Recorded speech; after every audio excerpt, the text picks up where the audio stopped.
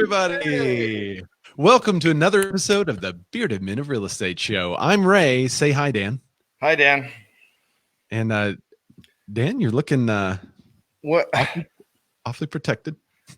Well, I am protected, but I haven't even shown Ray. I came on when our little pre-show. I came up with this on, so I've done something, okay? Because I've gone a little stir crazy, and I was trimming my sides back, and I've done something. So I'm really sorry, guys, but Ray, I hope I can still be on the show. Is the bearded man still bearded? I just like to change things up from time to time. So I haven't done anything. Just kidding. No change. No, just kidding. There you go. Coming out. We have a really fun show for you today. We're going to talk to the RE/MAX CEO, Adam Contos. He's going to be on our show. We're going to get through a ton of headlines, which you can see in the summary of the show. There's a lot of news happening. We're going to talk about mortgage rates. We're going to talk about what's going on with the housing market. It seems to be booming, which has been a big question for people. We'll talk about home prices, I guess you could say. But before we get into all that, Dan, should we bring up Adam? I think we just get into it. I mean, when you have Adam on, let's go. Let's go. And if you're catching us live, you can also comment, and we can talk about you or your comment. She got scared. Which Mike Elizabeth Riddell said, I got scared. That's okay. Dude. All right, so let's bring it up Adam. Hey, Adam, how are you, man? What's up, man? Good. How are you guys? Good. And I would be remiss if I did not comment that you've got a pretty good little beard there going. I see the it's the baby beard, but it's still a bearded man of real estate officially. It is nowhere near as manly as yours or Dan's. So yeah, I'm just honored to be on the Bearded Man of Real Estate show with my baby beard. So the quote unquote headline right there. There you go. There's your soundbite. There it is. Chris was checking in. He said this is going to be a good show. Mike said, "I'm glad Mike Elizabeth Riddell said I'm glad the beard is still there." Me too. No one Tom wants Butts says, "Yeah, Adam." So, well, Adam, I have a lot of questions for you. But one of the first questions I have is, as I was checking you out, I saw this picture of you as a Marine. So describe to me the journey from Marine military to now RE/MAX CEO. How long have you been the CEO of RE/MAX? I've been the CEO just over 2 years. I've been with the company for 16. Okay, so you've been with the company for a long time, but I think I was talking with Dan about this before. You weren't actually a real estate salesperson before, right? No. So how'd you get into this? Everybody asks me that question. So okay, so I'll start from the wee beginnings. Day after I graduated high school, I joined the Marines. So went to boot camp. So I graduated June 3rd. June 4th, I actually went to boot camp. So the day after, all my friends were like, "Oh, well, hey, let's go party." I'm like, I'm going to boot camp, dude. Wow. So quickly, I was out the door pretty fast. I actually joined the Marine Corps Reserves. I did about went to training, did my unit type stuff, things like that, and I actually got into law enforcement. When I rotated back, I started going to college. I wasn't very good at college, 2-time college dropout, proud to say. But I didn't see the need for it really. And then I eventually went back and got my MBA, just for the record. Okay. So I have proven that I can get an education, of some sort. That's a big jump from dropout to master's degree. So Ray, I actually got a 4.0 on my MBA. I got straight A's on it. So wow, I don't know how, but somehow we made this work. But so I was in the Marines, got into law enforcement. I was in a civilian position in a law enforcement agency when I was very young. Went through police academy. Okay. And when I turned 21, I became a street cop while I was still in the Marine Reserves. So Marine cop. As I was ending my term in the Marines, I ended up going into a narcotics unit, working undercover for 2 years. Oh, there's the real estate connection. Yeah, totally. So I learned sales. Here's a good quote for you. I learned sales at the DEA narcotics school. So, okay. Nice. I mean, Yeah. It's a I'll high tell level you, of sales. if you want to know sales, Yeah. go buy and sell dope. Okay. It High is, stakes sales career. yeah. I mean, really, you literally have to earn somebody's trust and confidence, There you go. and their freedom for that matter. And, there's guns and life saving measures involved or life losing measures. So I did that for 2 years. I literally bought and sold drugs undercover for a couple of years. I was out on the SWAT team. It was mostly SWAT guys. So we would buy drugs. Wow. We'd go get search warrants and we'd spend the rest of the night kicking doors. And then we'd get up and we'd go water skiing in the morning. It was like That's crazy. really fun lifestyle. So your new book is coming out, Sales Tactics That You'll Be Addicted to. Boom. Yeah, so I mean, it was a good time, and then I got back into the rest of law enforcement, but I've always been an entrepreneur, and maybe it was the drug world, I don't know, but I started an online business in the 90s, did that for a little while, and then I started a security consulting firm right around the 9/11 period. I was a counterterrorism instructor, did a lot of that work, and RE/MAX hired me to teach real estate agent safety in the early 2000s.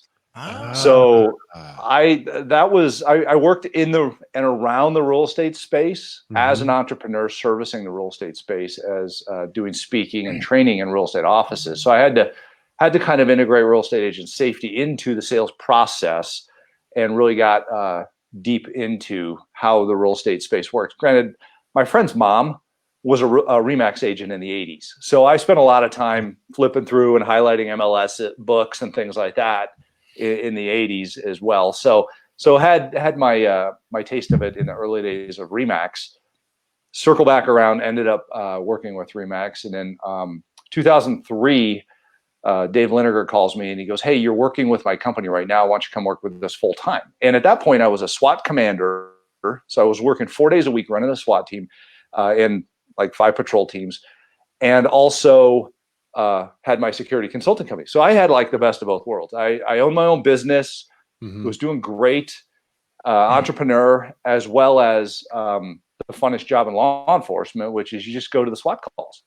And I said, Dave's asking me if I want to do this. And I'd known him a little bit before that. He was kind of mentoring. He would come ride with me and just go to fun calls with me. Oh, that's cool. And I said, why wouldn't I go do this? This guy is like this massive business. It's like Obi-Wan Kenobi going, "Hey, you want to come be a Jedi?" And yes. I mean, the answer is yes, right? So I did that, and 16 years later, here I am. So Wow. yeah, kind of weird how our the destiny takes us places. Yeah. I mean, well, I think part of your story that we're hearing is that you had the entrepreneurial spirit early on, and then that's what we as real estate agents need to have to grow our business. So it's a great fit, I think.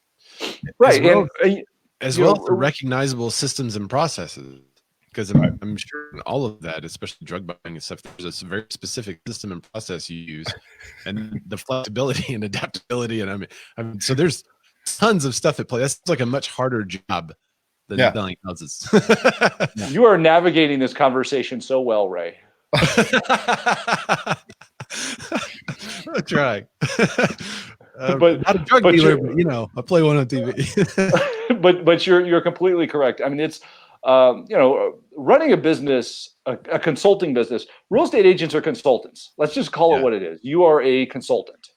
You're actually convincing somebody to purchase your service in order to transfer a product. So yes, there's the marketing, there's the sales process, the consumer psychology, as well as your continuous education and the professionalism to keep the levels high in the industry.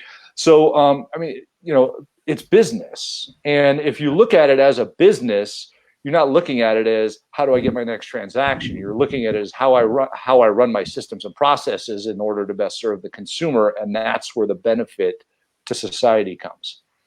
It seems like when you view it through that paradigm, the transactions become secondary, easy, because you're so focused on growing the business and improving the processes and trying to help clients, trying to find a better way to help them than someone else could, that then when you get a client, you put them through that process and system, and that's the easy part. The hard part is continuing to grow and innovate and to care for them. Absolutely, exactly. How do you scale your customer touch points? How do you scale your, the process of moving people through the sales funnel? And what are your closing skills? I mean, you want to talk about needing some closing skills, go walk up to somebody on the street and try and buy some dope from them. I mean, you need to be able to work the closing process to make that happen. Otherwise, it's just not going to. Well, I want to hit you with a couple of headlines that we're going to be talking about later in the show, but I kind of want to get your opinion on where you see things are headed. One of them is around home prices and mortgage rates. And I know I can't really ask you to look into your crystal ball and tell me where you think rates are going to be and what home sales are going to be. But we heard a lot towards the beginning of the year as the pandemic hit that it's really going to hurt the real estate market. There were fears of crashing. Of course, the stock market crashed. I've been getting calls from buyers looking to take advantage and investors looking to take advantage of the plummeting home prices. And I have to tell them, well, here, that hasn't really happened. Right. There has been some Redfin data that was recently released that showed of the 85 top metros, most of them have dropped price some. But there's also data that we got today that we'll discuss that talks about a stronger than anticipated recovery as more and more buyers are still entering the market despite all the layoffs. So short term, looking at just this year, what do you kind of see for the real estate market? Where are we headed? Well, obviously during the, call it the 2 months that the pandemic has really hit the United States and North America, essentially, we saw closings go down. We saw them decrease, double digits quite substantially. However, the activity leading to closings has since picked up quite a bit in the past couple of weeks, call it showings, things like that. But ultimately, what we're also seeing is the consumer psychology stay strong when it comes to what the real estate market's going to look like. You have a lot of variables going into play right now that we've never dealt with before. One of which is we had this whole thing happen at the end of a very strong first quarter and at the very beginning of what looked like an extremely strong, probably strongest in a decade, second quarter. 90% of the people that pushed pause during that period just pushed pause. They didn't push stop. Right. So we have this glut of those 2 months, and that's going to fall into the time after those 2 months. So we're starting to see the emergence of that glut of people who wanted to enter the space in March, April, May, and mostly mid-March and on from there. So those people are starting to come back. We're starting to see that. What we are also seeing as we see the showings being scheduled pick up is we see a fair amount of ultimately some higher efficiencies in our space, such as people looking at fewer houses before they write a contract, which is good, because are we then comparing apples to apples when it looks to, we look at showing scheduled versus showing scheduled a year ago? No, we're not, because a year ago people might have looked at 14 houses before they wrote an offer. This year they might look at 4. Right. So, I mean, all of these variables play towards the indicators of a strong marketplace. There's the showing time graph there. So ultimately, what do you got to look at? The consumer psychology says that they want to be in the marketplace. You mentioned mortgage rates. Mortgage rates probably are going to be in the high 2s, low 3s for a while. High 2s, low 3s. Why? Because they're actually artificially up right now because of the glut of refis and the amount of activity that was going on. We're seeing a lot more activity continue in that space, but ultimately they're starting to catch up a little bit with it. So they're going to actually give people the advantage of what the purchase amounts are for the money right now, which is good. So realistically, I think this is a unique time, because we talk about, okay, is it better to buy or better to sell in all these markets? And this is not a binary situation. This is a generally holistically yes situation. For buyers, it's fantastic because we do believe that prices are going to continue to increase. We are seeing small increases, and what we're not seeing is drops. We're not seeing drops. We still have supply and demand going for us. I did learn something in business school, and that's that supply and demand does matter. Okay. So, realistically, you look at it and you go, all right, this points in the right direction for buyers. What about sellers? The answer for sellers is also yes, because they have still kept a lot of that appreciation that they gathered over the past couple of years, and they have the ability right now during this pause to jump into, get that sold, go find something else because it's beneficial to be a buyer. And we know that over 50% of homeowners have over 50% equity right now. So we have a strong place. That being said, when you look at unemployment, a great deal of the unemployment is in the rental community right now. Right. Okay. A great deal is in the rental community. So are we going to see the mass entrance of the rental community jump into home buying? We don't know. But we're not seeing home buying massively decreased as a result of unemployment right now. That's one of the things that I think we even talked about last week, is that it seemed like a lot of the layoffs, furloughs, closings affected those that were in the lower 1/3 of the market that had been looking in that market based on the data that we were seeing. So if that's the case, if you're searching in that bottom 1/3, you actually have less competition and home prices are still stable, but you have less competition in those markets. The other thing that happened that affects the bottom 1/3 is that the lenders who increase the required credit score to get approved. I just got word from a lender this morning that they've reduced theirs back down to 640. I know there's other lenders that are probably doing the same, but right now, if you're looking to buy in the bottom 1/3 of the market, it hasn't been this good for you in the last 2 to 3 years because it's been so competitive and builders aren't building in that market. Exactly. So, I mean, it truly is a good time. It's a good time to be a real estate agent if you're going out and talking to customers. If you're not, if you're quiet, like 75% of the marketplace ended up being, then you might as well go find something else to do. It's a good time to be in the market. Okay? Be in the market. Touch the consumers and educate them on what's going on, but care about them first. Right. Because, I mean, they don't want to know what you know until they know that you care. So make sure that you're, you're part of your community effectively. But I see a strong emergence coming from this, guys. I really do. Okay. And please, everyone listening, consumer or agent, focus in on what Adam just said. Make sure they understand that you care first. Don't start throwing. And by the way, he's mimicked this same sentiment since this all started in his first address to kind of us as real estate agents. I don't know if you guys know, but I'm a 3 Max. And then he's maintained that all the way through. Just make sure you care, come from a human point of view first. And it's the best way because that's how we're running our business. And it's really awesome to have your CEO kind of mirror that and kind of focus in. By the way, when you have the CEO on, you also get the CCO commenting. Yeah, we have a big fan of the show. There he is. Now. Huge fan. Nick, he said, ask Adam why he's the Maverick. So there's probably an inside scoop there. Is it? Well, so American Business Awards just awarded me Maverick of the Year. Oh. So it was breaking news here on the Big Man Real Estate Show. You guys thought it had like a Top Gun connotation, right? Yeah, I did. Well, the military background, you never know. That's how I went. I went right to Maverick. I went, okay, cool. And I completely see the semblance to Tom Cruise. There you go. 1,000%. So does that make Nick Goose? Is that perhaps, Nick? You got that coming, buddy. I know you're watching. There you go. LS Home Inspections. He's a local home inspector here. Hey, Patrick. He said they don't want to know what you know until they know you care.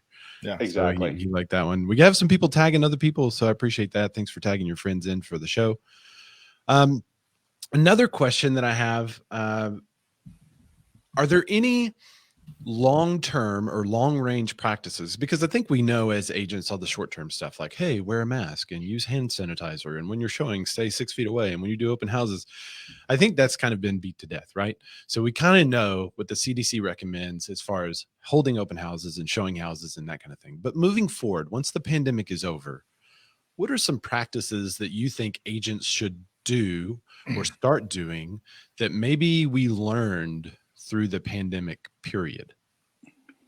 Well, first of all, I think agents need to understand that the consumer's expectations have changed in two perspectives. One, the consumer has a speed to trust right now. So the consumer's taken a lot of time to watch what's going on out there. And they've seen a lot of the use of video. They want to know that they can get to know somebody pretty quickly. So this whole KLT that we learn in sales, know, like, and trust. And you can't really engage in the sales process until you have a trust built. Well, trust is a function also of presence. Presence creates trust. And when people lose presence of somebody in their life, they also start to wane in trust. They lose this disengagement and this disconnection in the relationship.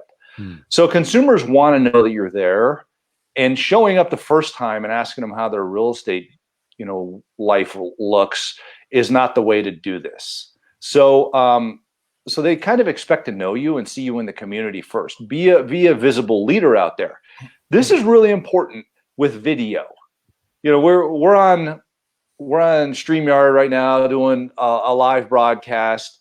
I don't know how many platforms we're doing this on right now, but we can be in a lot of places right now, and a lot of people seeing what's going on and understanding what we're talking about. And they're seeing our faces, they're seeing our smiles, our eyes, those handsome beards, and they're getting to know you guys. So the reality is, if you've disappeared out of their mind as well. So the consumer has this desire to know who they're going to do business with. They want to see digital transparency, because they know that there's still this distancing going on and it's going to happen for a while. And they may be stuck at home no matter where they're at, or with their kids, or with somebody who doesn't quite feel right and doesn't want to go out in society and put anybody else at risk. So they need to know who you are, and you need to pretend this is a listing presentation. Show up like you want them to like you. Don't roll out of bed, put on a wrinkled shirt, and hop on video where they can barely see your face and go, "Hey, good morning. I have food right here." Things like that. The reality is, show up like a professional and show up with confidence and presence, and people will go, "I want to be with that person because they're doing what I want to be doing when I list my property." They're judging your video right now, by the way.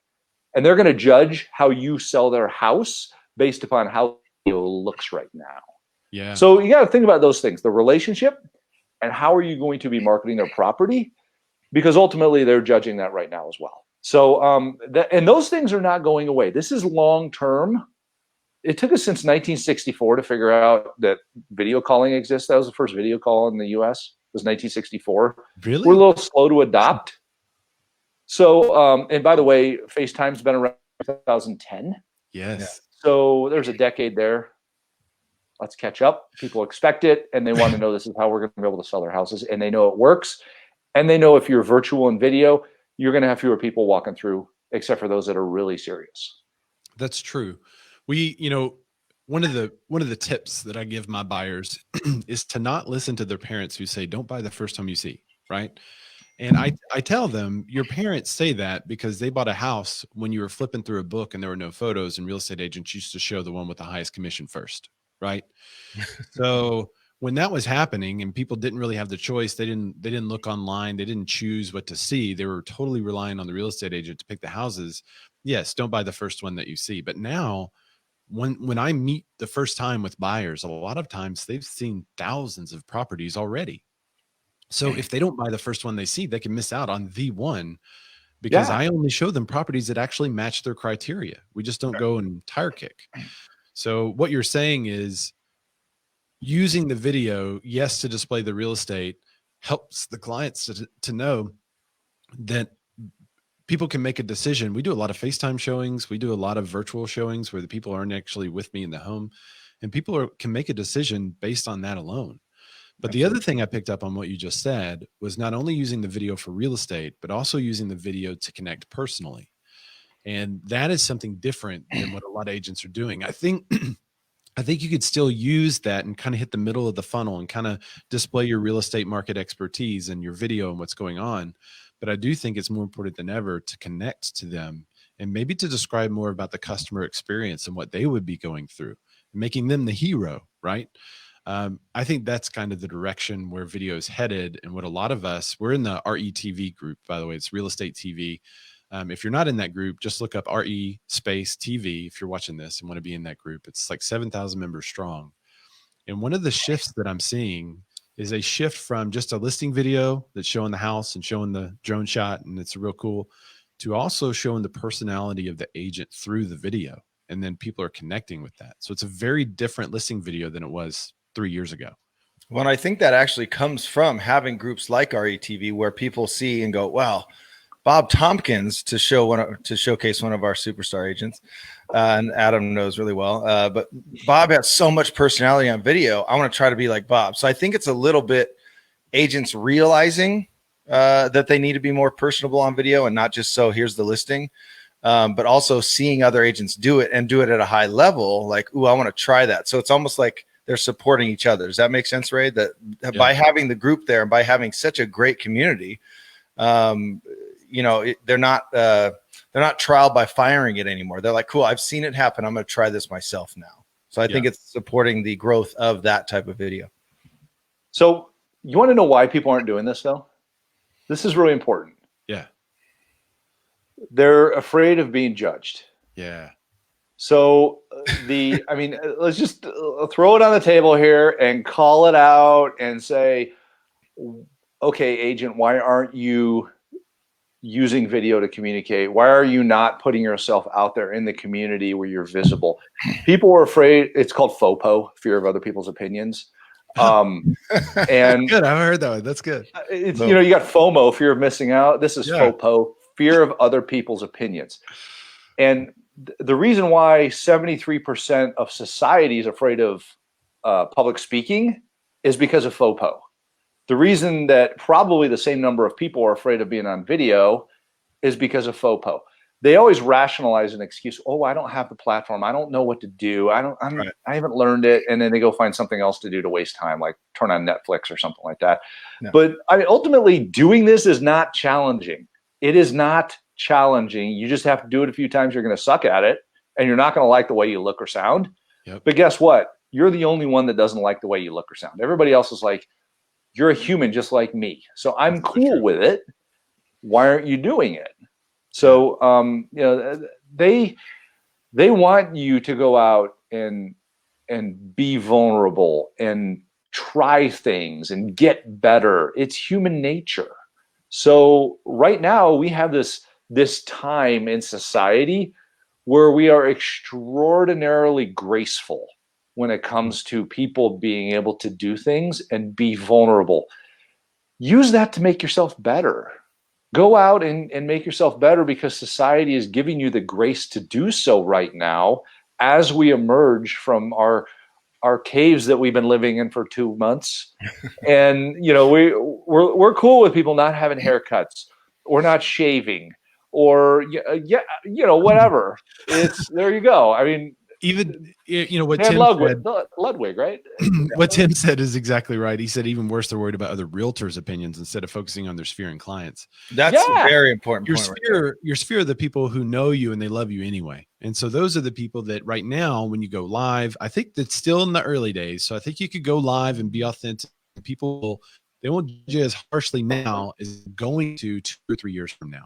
Yeah. So I think if you miss the video boat now, if you miss getting better and practicing now, then in the future, you will have to be more polished. You will have to be more like someone you see on TV, or else people aren't going to use you for those things. But I think it's important to have the authentic live stuff as well as the professionally produced stuff so that people can get the best of both worlds and really get to know you, like you're saying. So I think that's super important. Yeah, Tim, it's funny. Sorry, Adam, go ahead.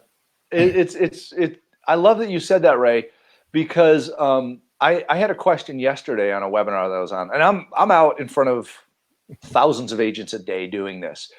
And I get live questions like this. And one of the questions that I had was, I have trouble. I get stage fright. I have trouble putting my video out there. How do you get over that? And the answer is what Ray just said, go live. Do it. You can't take it back. And people are cool with it. I mean, Mark Zuckerberg was live yesterday. He was live like, Yeah, I mean, he's not that good at it, but No. he's doing it. Right. And you know what you're going to see is over the next 12 months, as he does it more and more, he's going to get really good at it. And people are going to go, wow, this guy is so practiced. Yeah. And God love him. He's trying to help and he's trying to do things. In fact, I've been going live so much and I've been working with the Facebook team so much. I actually got an email from Sheryl Sandberg saying, thanks for all of your interaction on this. We appreciate what you're trying to do with, pushing the live video and the platforms on Facebook. So if that doesn't tell you the direction that this is going with business, you look at their messenger rooms and stuff like that Facebook is doing, as well as all the platforms they're looking at helping subsidize in society when it comes to online education and, group gatherings, stuff of that nature. This is the future, folks. And it's time for our industry to be on the front end of that instead of on the lagging end. Yeah. And I mean, what better way? Like I use live a lot because I'll do a recorded video or something, or, more standard videos, but what better way to get something that's affecting us right now to your fan base? Like interest rates just dropped. Boom. I'm going live. You don't have to shoot the video, record it, edit, and get it out there 2-3 hours later. You're live right now is the thing that's happening right now. People are affected right now, or, it doesn't have to be real estate related. I go live for various reasons, but it's just, there's a great tool right in front of us. And I always say, if I put this face on live 2 or 3 times a week, you can do the same thing too. It's gorgeous. I want to put 2 comments up, and then Adam, we're going to let you go because I know you have to run. Ryan Bokro says, great time to pivot and reevaluate and be real when so many real estate have the reputation for being fake. Exactly right. And then the last comment we'll put up before you go is Tim Macy says, shout out to Ray Ellen for having the CEO of Remax out on, but still not paying for the full version of StreamYard. So StreamYard is a temporary solution. We're actually probably going to a much beefier system, but as you guys know, we were actually testing BeLive and it was not working for us. It just kept messing up and crashing. So hit or miss. Good, temporary for us, but something is in the works, Tim. Don't worry about it. So, well, thanks, Adam, for joining the show. We really appreciate having you. We're going to let you go. We're going to do the headlines and kind of get into what's going on in the news and talk about that stuff, but we really appreciate you coming on. Thanks for having me, guys. It's great to see you again. And Dan, I will see you again one of these evenings around the fire pit for a cocktail. Absolutely. Thank you, man. I love you so much, and I appreciate everything you do, man. Thank you. All right. Love you guys. Thanks, everybody. Take care. See you, Mav. All right. Thank you, guys. He should be like a CEO or something. He's pretty he's pretty good. He's pretty good as a CEO. Pretty astute on a lot of those observations. Before we get into these headlines, do you want to tell people what Be More is actually all about? You know what? I'd love to, Ray. Now, when Ray and I met about 3 years ago here in the interwebs, I had an idea for a show because I am, in fact, even though I played a little joke on you guys at the beginning of the show, I am, in fact, a bearded man of real estate. And when I met Ray, I noticed something very interesting about him. Did you guys know his favorite animal is a peacock? I love them. I noticed that he also... What sound does a peacock make? I don't even know. The peacock down right there. That was it. Do it again. All right, I'm gonna lose it. This is gonna be another one of those moments I lose. I gotta stay focused. We got to get to the headline. I obviously noticed he has a beard as well, but he also had a layout for the show. So we Wonder Beard powered. We combined our Wonder Beard powers, and we created the show that you know and love today. But I also noticed that he loved giving value up front to his clients, and so do I. So it's about being more as an agent, but also being more as a human. A huge reason we do this show is right along what Adam was saying. It's giving value to the industry, but also you being able to give value back to your clients and consumers as they're coming to you for advice, for you to know what's going on and to kind of perfect the craft of real estate. These last week, I think I shared that a couple of articles happened that week. Well, again, as we were reading and preparing for the show, a couple of these articles that we're going to share with you today came up in casual conversation with my clients and helped win some clients. So, dude, I was on a call literally right before the show started, right before I jumped on with Ray, a brand new buyer that's reaching out, wants some help. And I'm setting up for the show. So I mentioned, hey, I'm sorry, I'm setting up for the show. I'm focusing on you, but I do this weekly show called Bearded Man of Real Estate, and it keeps me current on all these events. And then he said, I actually have a question about, and he brought up an article that we have already talked about, so it's just right there. And I think the biggest takeaway, Adam made a lot of great points, but honestly, presence presence was the biggest takeaway. Obviously being there as a human and making sure they know you and they know you care before you give them your value proposition. But presence right there, just be in the moment and be there for them. I thought that was a huge point that he made. Ellis Home Inspection said, awesome nuggets. Awesome guys. Great nuggets from Adam. Jason Bates says, live is good and I do them. However, in some cases you can hurt your brand by going live. First impressions. I was like, one stimpressions. What is that? I think he's doing Stimpy impressions. And then Rob Boker says, from Remax CEO to Peacock calls. What the hell is happening this while of you guys? We are multifaceted here on the Bearded Men Real Estate Show. All right, so let's talk about weekly mortgage applications. We forgot to do our transition, but that's okay. All right, weekly mortgage applications. There you go. You want okay, yeah. Weekly mortgage applications point to a remarkable recovery in home buying. So if mortgage demand is an indicator, buyers are coming back to the housing market. Oh, hang on. Everything is ringing. I'm glad this happened later. Hang on. Are you getting a woof right now? Sorry, that's did y'all hear that? No, Oh, okay, good. No, that my whole desk started vibrating. I was like, what is going on? I didn't. Okay. So buyers are jumping back into the house market much faster than analysts anticipated, despite the millions filing for unemployment or being furloughed. Mortgage applications to purchase were up 6% last week from the previous week, and purchase volume was only 1.5% lower than last year. I'll repeat that. Crazy stat to me, Ray. That is crazy to me. Purchase volume was only 1.5% lower than last year. Applications to purchase for home purchases continue to recover from April's sizable drop and have now increased for 5 consecutive weeks, said Joel Kahn. He's an MBA economist. He goes on to say that government purchase applications, which include FHA, VA, and USDA loans, are now 5% higher than a year ago, which is encouraging turnaround from the weakness seen over the past 2 months. So open houses have started. I don't know if you guys have done any actual open houses yet. We'd love to hear if you did. So drop in the comments. Also, let us know how they went. So buyers are back in full force, whether masked or not. The jury is still out on if this is a long-term change or a long-term trend switch, or if it's just a pent-up demand from everybody being inside their house. Clayton Fernando Strim says, anyone else weirded out that Ray is still on the left and not the right? Yes, but part of StreamYard. I don't know. I can't change that. I don't know what to do there. But I don't know. I think he's not been lucky enough to catch the show the last couple of weeks. So this is normal to me now. Were you on? Now it feels normal. You're on. I mean, if you guys, this is my right, Ray's over there, but to me, I'm seeing Ray I'm pointing left. So, but Ray's there. Yeah. I don't know. That's weird. Anyway. So it's become normal to me. What's weird is when we have a guest on and then they usually slot, I'm in the middle. And then when it cocomes back and it flips up, so I'm like, whoa, wait a second. Yeah. This is our new normal, guys. Speaking of normal, what do you think? Do you think this is going to be is this temporary? Like the whole pop that we're seeing in housing, is this from the pent up demand that dropped 35%? Or is this going to continue through the end of the year and maybe even catch up? Well, I think Adam touched on it a little bit about like the 2 month, what did he call it? A glut? Yeah. And I think we'll see. I think we're going to see residual effects during this new normal. I'm just kidding. It's like a new trigger word, new normal. People, I've had people say, oh, I hate it when someone says new normal. Yeah. I don't know.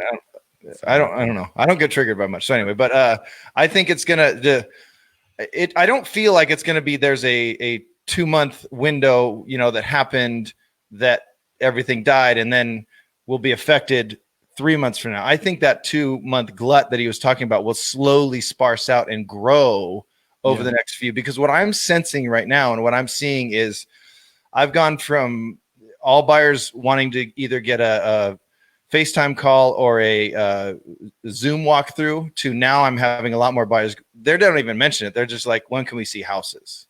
Yeah. So I think it's just people getting more and more comfortable as we go.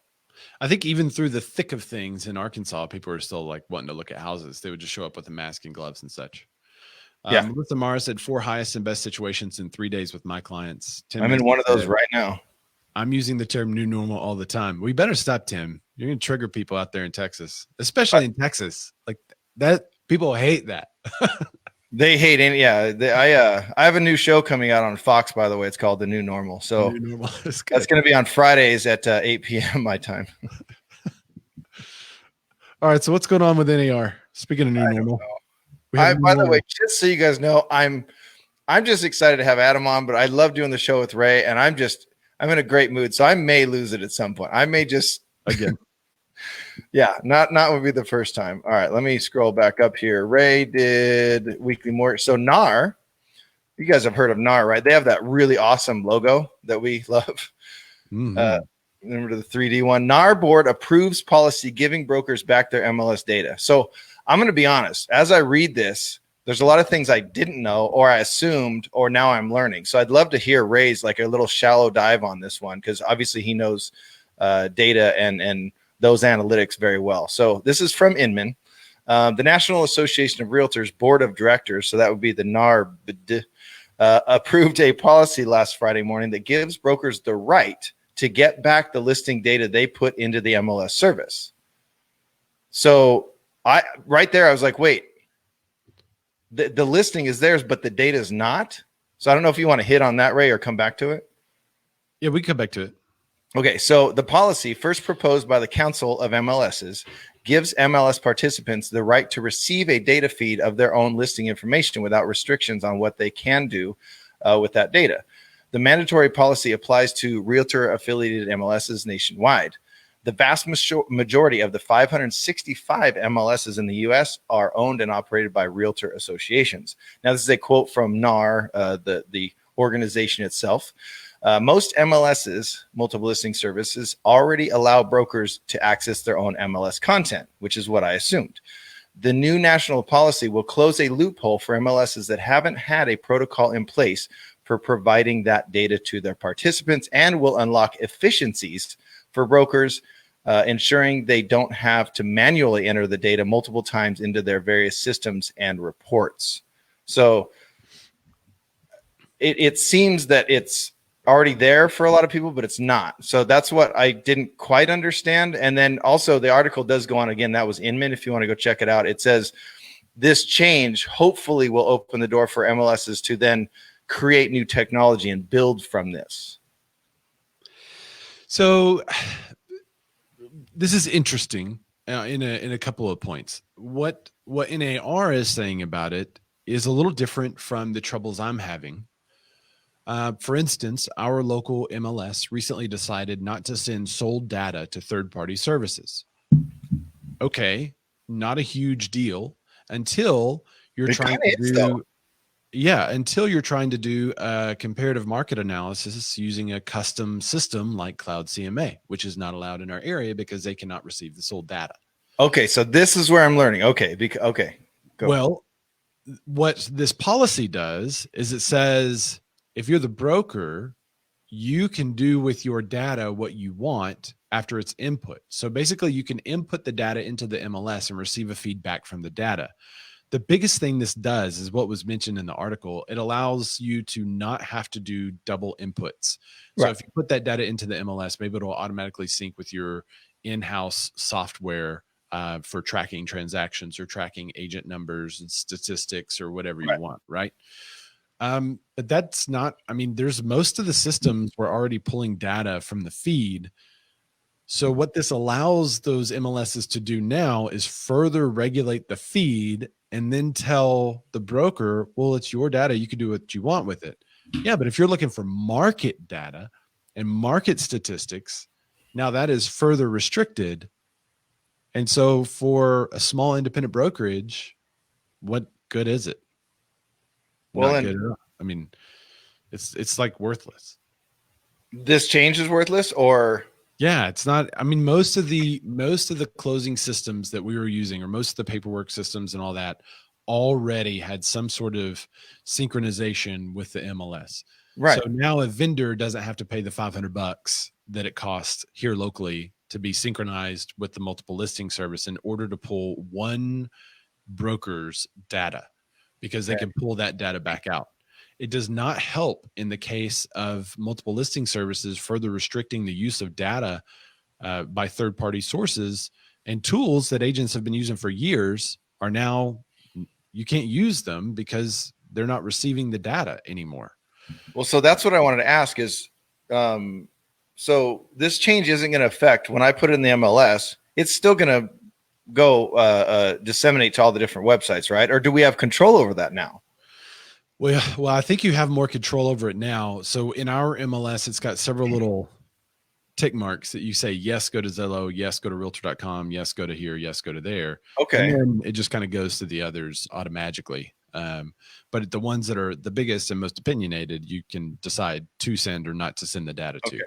Yeah, but I mean, I'd love to hear. They'll have the policy where they're going to send active data. They'll send backup, properties that are taking backups, and they'll send, what was the other one? There's one more data piece that they're going to send. But if it goes under contract or sales, or is expired or withdrawn, it's just taken off the system and the data is not sent. It just disappears, I guess you could say. So that's the thing though, like not being able to fully control where your actual listing go that the brokerage owns, right? Yeah. But then now I can control under contract to close stuff. I don't necessarily want to close that stuff. I want to control it the second I input it. So I'd love to hear this one from in the comments down below. Comments below.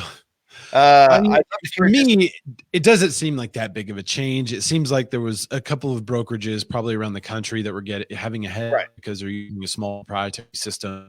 Now they can pull that data back instead of double entry. Okay. But what else does it do? Right. It's not encouraging the MLSs to send actual market statistics and market data outside of their services so that we can use, like if I'm a real estate agent and I have broker reciprocity within my board, I should be able to say, I want to pull all of that MLS data and put it into this service so that I can provide my clients a comparative market analysis using what I choose, not using what my MLS is partnered with for money. Right. And you have no control over. So let's just read the headline alone. NAR board approves policy giving brokers back their MLS, MLS data. That's a, when I read that, I was like, oh man, this is awesome. And then you read it and it's not that big of a change, and you can't really control the aspects that you as a broker would love to control, because what if you could it didn't disseminate to all the big websites that Ray mentioned in the check boxes, and you could control it for your local market and only give your clients what you want them to see.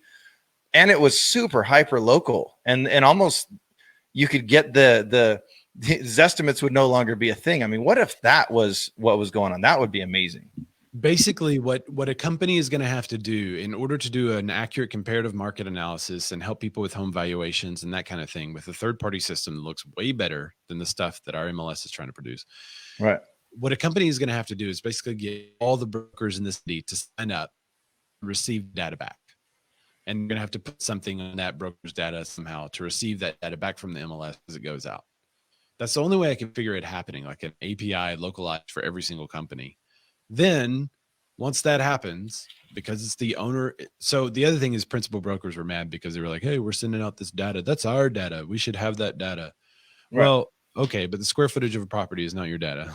That's your seller's data. The bedrooms and bathrooms, that's a lot of that's public information anyway. Right. But anyway, that's what's said. What those companies are going to have to do in order to try to provide better systems and reports for agents is to get everyone on board with it, instead of just going to the MLS, which we've all agreed to participate with the MLS, instead of just going to that MLS and pulling the data from there. Maybe there'll be a chance in the future that they access the county records, and maybe they can partner with the county to pull data from the county, because it's also where that stuff is recorded. So once the stuff is recorded, they can at least have sales figures from there.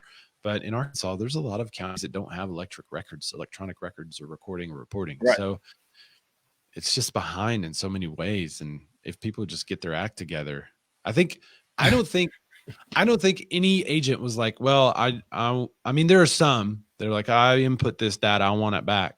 Okay, well, you could download from your own MLS, but that's beside, there's probably a couple of agents that need this. Okay. What we really want is the National Association of Realtors to come up with a public facing system so that people can search for houses and have accurate data, current data, is correct on what is in the multiple listing service that generates a lead for that agent that inputs the data. Right. That's what we want. Why So isn't it? for the consumers that are watching, go to his comment. Then I have two things. Ryan Boker said the main idea is to stop MLSs from charging to receive a feed, any feed, IDX, etc. This is not specifically about an individual broker's data. It's what you could do with the data. Okay, because it says broker's data. So you're saying, Ryan, your interpretation of this article would solve the issue that is a problem for me. You're saying that as a participating agent, I can receive all of the MLS data that I want. And if that's possible, then I could use a third-party source by allowing them access to that data somehow. Am I reading that right, Ryan? Because if that's the case, then you've just solved my my 10-minute rant. But is that the case, though? Chris Murray said, is this similar to stopping Houston-based baseball team from receiving signs? This is this week's first Shade of the Week, brought to you by... We still need a still working on it. But no, so I have 2 points. So imagine, and then I have two questions, then we'll move on. We've deep dived this enough. But imagine, because for the consumers watching, we have like versions of what we see, because what we are real estate professionals, then what we can send to our clients. We can't send all the tax info and all that stuff. Yeah. So imagine like that, Ray, like when I have the version of the MLS printout that I see, and then I have the one that I send to my clients. Imagine if we had we had our side of it for real estate agents, and then consumers would go to their side of these MLSs to see their data. And that's how we did it. There was no more Zillow. I mean, it seems like this step. So now here's my two questions. Is it a first step in going back to this way, even though we're 10 years behind, or is it just something to appease us and to say, shut up for now? I think it probably fixes an issue that some agents were having, it sounds like. But Ryan said, my interpretation is that the rule is not about the data necessarily, but simply preventing the MLS from charging. And there was a charge from the MLS. But I'd rather be charged than be able to control my own data and not send it to, I don't know. Yeah, I mean, if I'm paying them to send sold data, send sold data. If that's not a problem with me. Right. Because that charge is passed on to me. I don't know. Yeah. You pay to cooperate. Yeah. If it's only about eliminating that charge, that's great. But my interpretation of it is that it's your own data.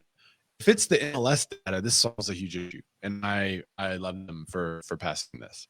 So right. Maybe local board would interpret it that way, and that would allow us to use what we need to. Booker says he agrees. I hope we don't leave it up for interpretation, because we've all seen where that goes. All right, next, let's move on. All right, let's talk about Homebuilder sentiment. So Homebuilder sentiment actually bounces back. So we know that if the Homebuilder sentiment number is above 50, that's positive. Yes. If it's below 50, it's considered negative sentiment. It was pretty far below. So after a huge drop in home builder sentiment, it's already on the rebound. Keep in mind, anything above 50 is considered positive. We're going to talk about that. In April, it was down 30%. It was down 30 points. I'm sorry. Yeah. That was a 42-point plunge to 30. This is the lowest that we've seen on the show and the lowest 1 month drop on record. However, it's already back up to 37. If you recall, we talked about the high of 76 in December, and in January, we were talking about a 13% higher housing starts in the previous year. And then the world stayed home. So the NAHB chair, Dean Mon, told CNBC, quote, "The fact that most states classified housing as essential business during the crisis helped to keep many residential construction workers on the job. And this is reflected in our latest builder survey. At the time, builders were showing flexibility in this new business environment by making sure buyers have the knowledge and access to the homes they are seeking through innovative measures such as social media, virtual tours, and online closings." Online closings for us became a big deal because we previously weren't allowed to do that. So that was a way we can't really do fully online. I think some have to be videoed to where the notary can do it, video notary and stuff like that. So we're still a little bit behind. Our documents and paperwork is really on point. We have really great contracts. Yeah. But as far as the virtual side of closing a home, that got difficult. However, all the virtual tours and photos and videos and all of that stuff, that was a huge win for our builders and gave them the ability to sell a home through the crisis that otherwise they wouldn't have. Right. So there you go. I think here's David. He said, "Hey David, how's it going? Thanks for sharing the show, by the way." Yeah. He said, new homes is gonna ball out a lot of agents. Is it bail? It bail a lot of agents out for the next few years. Sorry, I might need a new prescription, perhaps. I read ball too, by the way. New homes is going to bail a lot of agents out for the next few years. I read it like new homes are going to be balling. That's what I was reading. I was like, oh, he's making a slang, but no. By the way, probably the most. I mean, we've had a lot of great comments. We had the CEO of Remax on there, but probably the best comment is thanks, David, for sharing the show. He shared the show. You know why? Because he cares. He's a good human that cares. I'm not saying the rest of you aren't that didn't share, but good humans share our show. I'm not saying you're not. I'm just saying good humans do share the show. Yeah, be a good human. And they value those just pointing that out. I anticipate home builder sentiment escalating fairly quickly as the market continues to recover and you have decreased demand.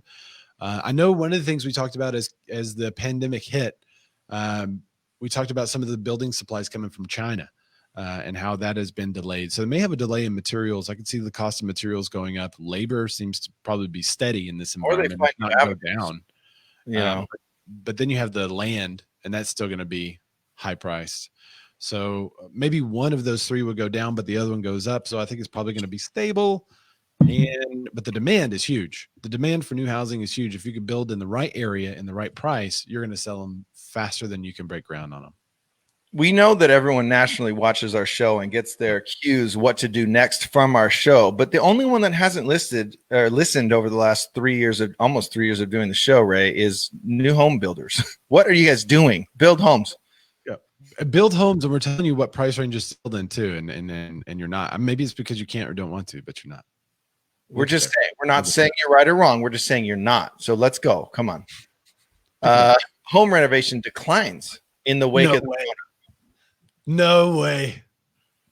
So, okay, this one's funny. So in our show notes, Ray put like he had the story and then the headline. And then before I put in my little chunk of what the talking points on the article, Ray's like, but wait, what about the huge lines at Home Depot? How is this story happening if there's huge lines? So my only thought would be, it looks like if 200 people are inside the store at any given time during normal times, but now with Corona, they're only letting in 6 people at a time. Maybe it looks that way, but I don't know. It still hasn't. You see lines outside that people are still buying.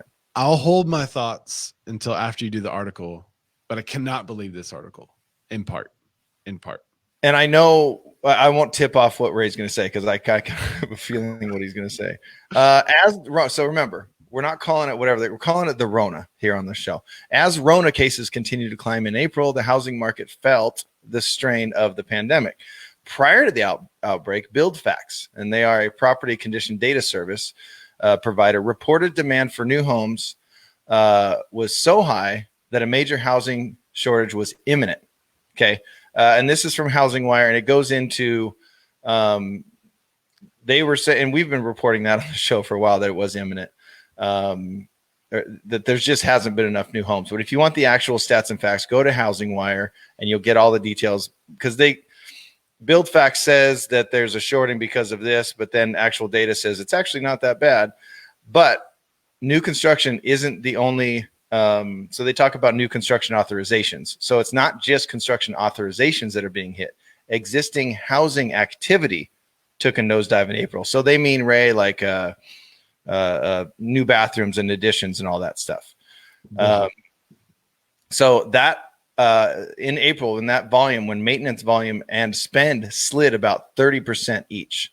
So the remodel volume which is a subset of maintenance that includes renovations, additions, and alterations, decreased 33.83%. Now, while maintenance and remodeling numbers are typically viewed from a more regional or localized lens, existing housing spend continued to drop in the majority of major metros, according to the report. Sharp declines like these were most likely spurred by the growing unemployment rates coupled with a downturn in home sales. Or is less stuff getting reported, Ray? There's no way. I'm already home. If you were home during the pandemic, you know what you did? You're like, golly, I got to fix that doorknob. And you fix the doorknob. Then you're like, you know what? We should paint the door. And you painted the door. Then you're like, you know what? We should actually increase our landscaping around here. Maybe move some water from that way. And while we're at it, let's go ahead and fix the bathroom. And so wait, and you know what? Now that I've done the landscaping, now I've opened up some space where I could maybe push out the dining room. Permitted, like where you go to the city and get the permit, not that you're able to. Permitted remodels were down. Permitted new builds were down. I think new builds were definitely down, right? But the remodel thing, just wait until you see Home Depot and Lowe's sales figures. Those things are through the roof. Every time I would go to Home Depot during the stay-at-home orders around the nation, there was a line. And there wasn't a line because Home Depot was too crowded. There was a line because they were only letting in 200 people at a time. There's never 200 people when I go to Home Depot, but there was 200 people during the stay at home. And then a line would go, and they were buying all kinds of stuff, and they were putting it in their own house. They DIY'd the heck out of their home and probably getting it ready for the market. That's one of the things that you'll see an increase in DIY activity. We've talked about this before on the show. If you see a couple of months of do-it-yourself activity where people are getting their home ready, it's probably getting their home ready for sale. So I think there was probably a lot of things done to homes where people learned from YouTube. So they learned how to lay that tile, and they learned how to put in the backsplash. And because construction workers were not fully laid off, and because that was considered essential, you could order granite and you could take out all of that in your kitchen yourself and then just have them put in the granite. You probably didn't go to the city to report that though, because they would have just taxed you. Here in California, you shouldn't, by the way. I hope the city's watching me because you guys suck. David says, I got a call from Redfin at HR and said they have more leads than they know what to do with. I go back this week. Clayton Fernando Strim said, my clients were like, hey, Clayton, I'm working from home, so let's sell my house and find a new one. Chris Berry says, of course, permitted actions are down. You can't walk into government offices right now. Exactly. Clayton said, in my area, 3 zip codes, 74 new listings, 7 days, and 74 under contract in the last 7 days. Wow. That's all of them, Ray. David goes on to say that's all 74 gone. That's all. David goes on to say that my backyard looks awesome, and Chris Berry agrees. Contractor officiated. I think he means officiated. I think he means done by contractors. Yeah, because they say in the article, Ray, and again, it's Housing Wire. They say construction authorizations, and for the listeners that are listening to the podcast after, quote unquote, authorizations, likely city permits, county permits, all that kind of stuff. Right. So it's really interesting. Yeah. All that stuff, because when you got to, I mean, even if you're still working, right? You're still working. Now you're just working from home. When you leave, you have an hour drive to work, and then you're gone for your 8-hour time frame. Then you have an hour back home. Then you got dinner. And then all of a sudden it's 9 o'clock. You're putting the kids to bed. And then you're like, dude, I'm not going to go fix the skylight. I'm not going to go patch that. Now you're at home and you're like, well, I'm kind of done with work. So I'm going to do that thing. And then, like Ray said, that doorknob turns into paint, and then turns into, I'm going to do a new door jamb. You know what? A sliding door would be awesome right there, or a pocket door. This paint on the door looks great. I should do that to the whole room. Yeah. And then you still that match our carpet. I'm going to change that out. Carpet's cheap. And none of it was asked to be done for by the city, because what are they going to do? Like Ray said, they're going to tax you. So, all right, now I'm completely losing it. All right, let's go next. Okay, so what's better than a new real estate company? A new bankrupt real estate company. Wait, also brought on by another real estate or in the industry company, Ray? No. Yeah, there you go. JC Penney. Not at all. What? JC Penney is doing it right. And by doing it right, I mean they're starting a real estate company. But this is not what the headlines would make you believe. Are we going to start seeing like JC Penney signs in a yard? No, not at all. This is totally different than that. The troubled retail store is oh man, I can't read my own writing. Oh, the troubled retail store is holding gobs of prime commercial real estate that is being emptied out as their own stores are shutting down. And as part of their bankruptcy, JCP will start a REIT, or real estate investment trust, that would collect rent checks from retail businesses as they rebrand to JCP. They filed Chapter 11 last Friday. In 2015, this has been done before. Sears dumped 250 properties from REIT, Seritage Growth Properties. So Penney's has unencumbered real estate value of about $1.4 billion, according to NBC, but that translates to only $704 million when they're closed. So they've lost about 88% of their business due to the pandemic, is what they blamed it on, and brick and mortar sales were nearly zero. That's pretty low, if you ask me. Yeah, but they're still, if you're Zillow, you're slaying right now, if those are your numbers. Yeah, well, they haven't lost $1 billion yet. Hey, so they'll be slaying. What I'm hearing, Ray, is that if there's a JC Penney in your local market that's been empty, they're going to need someone to sell it. So, well, kind of. A lot of them are going to go into these REITs, so it creates an investment opportunity. I had an investment advisor call me the other day looking for commercial real estate investment trusts, and this is one of them. There's several tenants that they have that have been renting from them for a long time, and JCPenney themselves are rebranding, but they're not rebranding like they're not going to call themselves like Home Goods or something like that. They're calling themselves JCP. So you'll never know that was actually James Cash Penney's store. Right. By the way, David potted 20 plants in 2 days. There you go. He said those are next to super greenhouses. Oh, those are the next super greenhouses. The JCPenney empty outlets.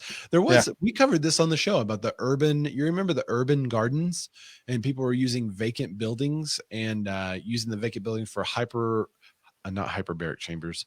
What's the water gardening?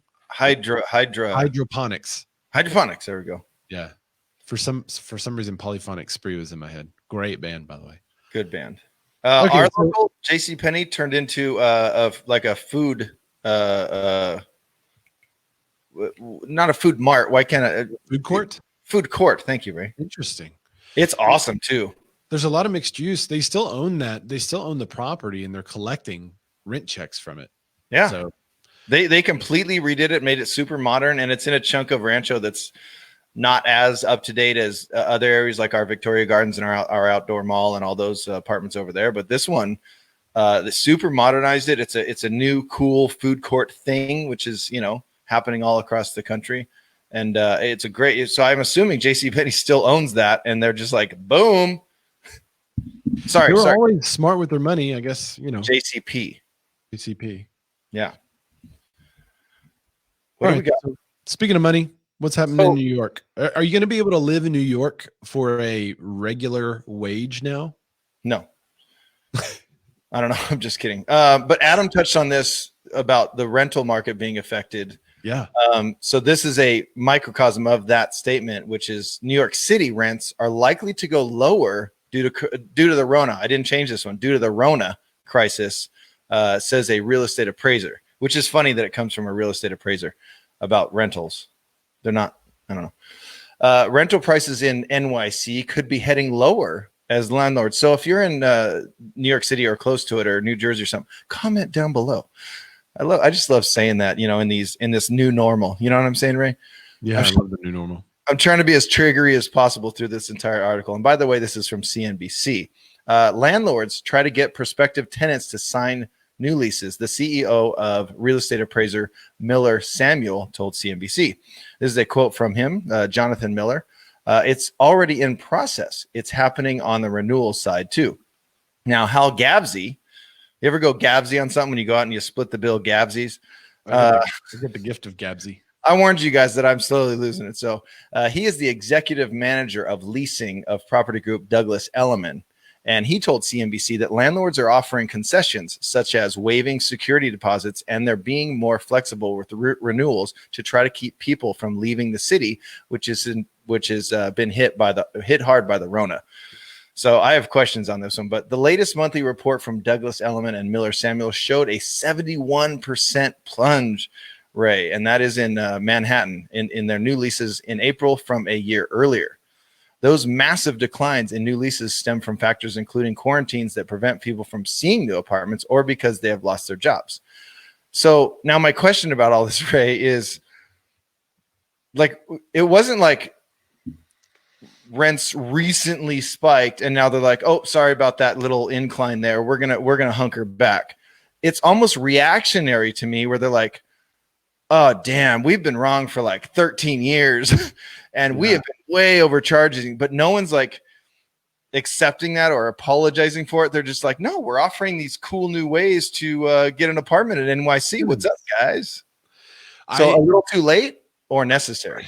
I think what they see is the handwriting on the wall that there's going to be lots of people that don't have to live in the city in order to work in the city. Right. There's going to be a lot of people that are moving out because it's crowded and polluted, and you're going to die with the virus. And I think people really have those concerns now. And I don't foresee that changing anytime soon, but I do foresee that rents are going to get hit pretty hard in the short term. I think long term it's going to go right back up, but in the short term, I think they're going to have to do something to fill it. I think I don't think it's that cut and dry. I think there is going to be a large chunk that's hit by, oh, I can work from home, I can telecommute, and I can pay 50% less rent, because I can still telecommute. And if I want to drive into the city, I'm only half an hour. I'm only an hour away now.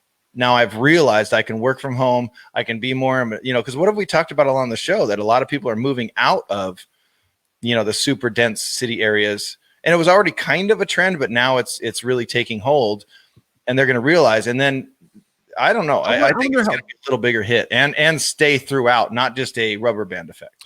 I wonder how temporary that is, though. Like when, did we talk about this last time? Did I talk about it with you? Or did I talk about it with somebody else? Talk about Yahoo and how they were working from home for a while, and then they said, "Oh, this doesn't work because people's productivity is not very good."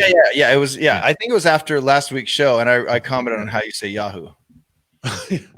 Yeah, we talked about it on last week's show that once right now, because of reduced productivity, everybody working from home can work from home effectively. But as soon as the productivity ramps up, they're going to have a hard time maintaining the same work pace as they would in an office space. Well, especially if you're doing all those projects at home that you right? If you're able to do all that stuff, obviously productivity is not the same. Yeah. But I do see a day in which maybe instead of being in the city proper, there are satellite offices, there are offices in less crowded spaces. Yeah. So I think not only will more affordable housing make it see the price gains there, I think you'll also see the price gains on less congested commercial. I think commercial outside of the main cities is that's going to be more desirable for people moving forward. Speaking of, Dan, that led us directly into the next article. It's weird. Affordable housing markets see prices rising as the number of homes for sale continues to drop. Most of my buyers are under 400 grand right now. Well, there you go. Yeah.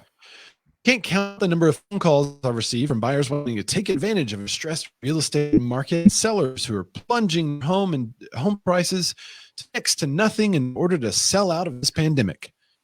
And yet I've had to kindly say that the prices have been stable, if not increasing, despite what the news and media have been reporting. Well, finally, a story I can point to. Wait, Redfin. What's that? Despite what? Despite the media, I guess you could say. Huh. Weird. Mm-hmm. Redfin tells Housing Wire that, quote, the supply of homes for sale declined even more dramatically than homeowner demand in April. That's their lead economist, Taylor Marr. Quote, while home sales fell the most in more expensive markets, in more affordable areas, prices continue to increase. Even during the depths of the slowdown last month, the market was still faster and more competitive than it was a year earlier. Redfin also said that more affordable housing markets will see sizable price gains. Only one of the 85 largest metro areas, Redfin said that it tracks, saw year-over-year decline in the median sales price, and that was San Francisco at 0.2%. They go on to say that the more affordable housing markets will likely see sizable price gains. Here's the last quote: a typical time between when the and my page is missing. Hang on, this quote is right on the break here. All right, there it goes. The typical time between when a home under contract and when the sale closes is about 4 weeks nationally. So this means that many of the homes sold in April went under contract after the WHO declared that COVID-19 was a global pandemic, and after initial claims for unemployment is set new records, and after case numbers were already rapidly growing in the US. So basically, all of the sales that they have seen that have been escalating happened after the pandemic became the pandemic. Right. So they're during the first crazy outbreak where people were the most afraid. Right. So it's a very low impact on homes in more affordable areas like Arkansas. And you remember, could get like a small apartment for $1 million in New York. You could get a gigantic mansion here, dude, with 40 acres. I mean, you could have a working farm on land. Dude, you could be off the grid in a mansion in Arkansas for $1 million. It's true. Give me a call. Call me. Oh, Ray, you're in Arkansas, in Little Rock? I am in Arkansas. Oh, cool. I'm in Southern California, so you guys call me. All right.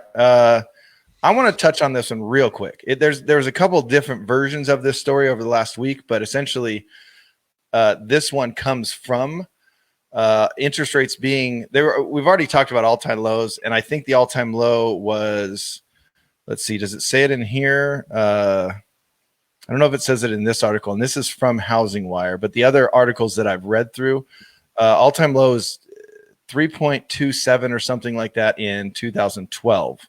Now they're dipping below that. So, Ray, what is that going to inevitably do for people that maybe were thinking about selling and then buying, but they're like, well, I don't want to go out in this right now. I don't want to go through having people come through my house and maybe be at risk. So what would I do with all-time interest rates, Ray? I don't know, Dan. What? Mortgage refinancings are set to surge to a 17-year high. What? So I love how this one starts out. And again, this is Housing Wire. If you're in the mortgage business, fasten your seatbelts. It's so exciting. Refinance volume is set to spike to a 17-year high. So that would push us back to 2007. 17-year high this year as mortgage rates fall to the lowest levels ever recorded. And that was from Fannie Mae. Even as other parts of the economy tank, lenders will originate $1.5 trillion, and that's just in refis, in 2020, a 51% jump from 2019, according to the forecast. That would be the highest level since 2003, when $2.5 trillion worth of mortgages were refinanced, and that's according to data from the Mortgage Bankers Association. The lowest interest rates on record will bolster refis after the Federal Reserve began buying mortgage-backed securities to stimulate the bond demand and grease the wheels of the credit markets. The average U.S. rate for 30-year fixed mortgage fell to an all-time low of 3.23 at the end of April, according to Freddie Mac. And if you're going to refi to a 15, I think it's in the 2.85 range or something crazy like that. So here's the forecast. So it says it's probably heading even lower, according to Fannie Mae. The average rate probably will be 3.2% in the second quarter, down from 3.5 in the first quarter, and drop for the rest of the year. In the third quarter, it probably will be 3.1%. In 2021's first quarter, the average will probably dip to 2.9. So, Ray, my prediction of 3.5 is a little bit in jeopardy, especially if they're predicted to continually go down for the rest of this year and into next. I think both of our predictions are in jeopardy. You know, it's funny. In the first article that I shared today, it talked about the weaker finance demand pushing mortgage application volume down 2.6% for the week total. Yeah. So refinance share of mortgage activity decreased to 64.3% of the total applications from 67% So we are seeing a change in the refinance volume. You're seeing it go down as far as compared to the crazy time at the beginning of the year. Right. But year over year, refinance volume is way up. And then if it still stays low, if those rates stay low, I think we're going to see a ton of mortgage refinance volume as people see prices stabilize. I've had a lot of lenders also tell me that they stopped taking applications because they could not process them all. Yeah, So, fasten your seatbelts. And imagine those sellers that want to sell and take advantage of those historically low rates and still get good activity when you use, a high-end brokerage like ours or like Ray's. Not saying all agents do this, but you got to have all the hits right now, the virtual tours and the video and all that stuff. But they take advantage of that. And then on the purchase side, they're going to get a 3.1% mortgage rate. I mean, right, dude. Pretty exciting times. I mean, it's madness and there's a lot of negativity out there, but there's pretty exciting times. So fasten your seatbelts. Fasten your seatbelts. And by the way, I just want to point out that there's a very good chunk of you watching right now. We need comments. We need shares. Let's go. Come on. Know you're here. We love you as lurkers. We love that you're watching, but we also want to hear from you. Give us something, challenge us. Let's go. You know what we should also do? I'm going to drop in the comments the Be More Contributors group. If you're not a part of the Be More Contributors group, join that. But also, here, let me drop this first. So wait. Here we go. All right, boom. There's the Be More Contributors group link. Be sure to join that. But also, if you just watch the show and you tune in every now and then, drop your own Instagram handle in there. If you use Instagram.com/ and then you use your handle, then it'll actually link to the page and make it much easier for people to follow you. Mm-hmm. So drop that in there too, so that we can connect on the other platforms. You can find me at Ray Zorback. That's RayZorback, wherever good Razorbacks are sold. Dan, where could they find you? I'm sold not only where good D-lettered rocks are sold, it's just everywhere. You can find good D-lettered rocks, bad ones, whatever. I'm sold everywhere. So DLUDWIGROCKS. There you go. So thanks everybody for joining the show. If you have a guest that you would like to see on the show, let us know. We do like having people like Adam on the show. We feel like they add some really good nuggets and good value. And because this is a current event show, we love hearing their opinions on the current events and what's happening. So it's a little bit different than the, although I did ask him, tell us how you got started. That's not really the focus of it. The focus is more on, with these headlines, with what's going on, what do you think is going to happen next? So if you know of somebody that should be on the show, tag them or let us know who they are, because we'd love to have them. We like having guests occasionally. Yeah, and it's awesome to have C-level executives on the show. We've had the CCO, we've had the CEO of Remax on. Yeah. And it's really cool to hear their current take on what's going on. But also we've had agents, really solid agents just from around the country jump on, and we get knowledge about what they think is going to happen in their local markets and their hyper local markets. So if you have any of those guests, you think someone's interesting, obviously they can't be more interesting than us because we're the hosts. No, it's a cap, but that's a high cap. It's a high cap. I say that knowing that it can't really happen, but Ray and I both have extremely fragile egos. So make sure you recommend someone that's just not going to outshine us. That can't happen. So we do tamp them down in the comment. We had to do that with Adam. We were like, look, Adam, you look way too good. Adjust your setting. Yeah. So you should see our private chat. I'm all, dude, can you fuzzy up your face a little bit? You are way too good looking. Yeah. And those veins popping out of your arms, dude, come on. Can we stop with that, please? Okay, Marine. Just kidding. Yeah, we love you, Adam, and we appreciate you guys. But let us know and share the show. It really helps us, and it helps us get a broader audience, so we can keep doing this for you guys. We love it. Like, comment, subscribe. All right, guys. Bye. See you later. Bye.